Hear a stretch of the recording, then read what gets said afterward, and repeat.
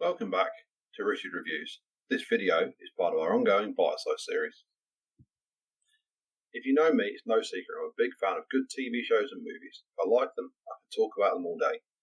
Today we're looking at the film that revived westerns in the 90s and brought the phrase "I'm your Huckleberry" into popular culture and made very manly moustaches very much a thing. Today I'm reviewing Tombstone. This film is high on most Western fans' list of greatest movies and deserves to be. However, as a viewer, we are really lucky that it even got released at all. Given a 3-month slot for filming, the production company, after a month, fired the original director. All of his footage was never used, and the new director had to film the entire film in just 8 weeks. Storylines were dropped, and a lot was reorganised. The wives of the Earl brothers had their roles slashed to little more than bit parts, but like a guy organising a surprise birthday party, it all got thrown together in the end.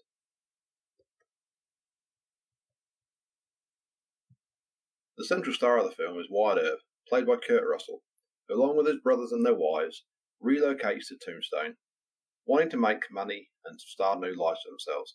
It doesn't take long for Wyatt to push out a bad dealer at the one quiet local bar and gain a cut from the gambling. This is when Wyatt gets reacquainted with his best friend Doc Holliday, who is bouncing from town to town, gambling and living dangerously. Doc Holliday is played by Val Kilmer. He's brilliant and thoroughly deserved the Oscar that sadly he never won. Tombstone isn't a place for a quiet life. It's not the place for the Wyatt's opium-addicted wife. When the theatre comes to town, Wyatt is very quickly infatuated with Josephine Marcus. Despite trying to be loyal to his Commonwealth wife Mattie, the outlaws called the Cowboys also come to town, with lots of money and looking for trouble. While initially cordial with the Earps, it doesn't take long for Ike Clanton to start both groups down a path that will lead to violence and deaths on both sides. Unable to tolerate the actions of the Cowboys, Wyatt's brother Virgil becomes a town deputy, bringing his brothers with him. After a few days of building up hostilities, including a stare down in the bar, the 3 Earp brothers and Doc Holliday go to disarm 6 of the Cowboys, including Ike. It leaves 3 dead Cowboys and Virgil and Morgan wounded. In the aftermath, a drunk Ringo wants revenge. The scenes with him and Doc Holliday are always tense, looking like they could erupt into violence at any second. A short while later, Virgil is wounded and Morgan is killed. When the families leave, Wyatt commits fully to revenge, hunting the Cowboys while they still wear their red sashes. He tracks down Curly Bill, fighting his way out of an ambush and killing him.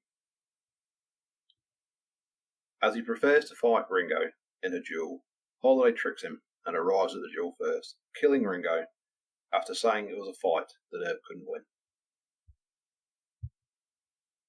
With the Cowboys broken forever, the film ends. Firstly, with Wyatt saying his goodbyes to Doc Holliday, whose tuberculosis has been making him sicker over the entire film. And then he catches up with Josephine, and they live out their lives happily together. I enjoyed Tombstone. The whole cast does a great job. I've already mentioned Val Kilmer, but also Kurt Russell, Michael Biehn, Dana Delaney, and Powers Booth also put in some of their career best performances. You can find Tombstone on Disney+.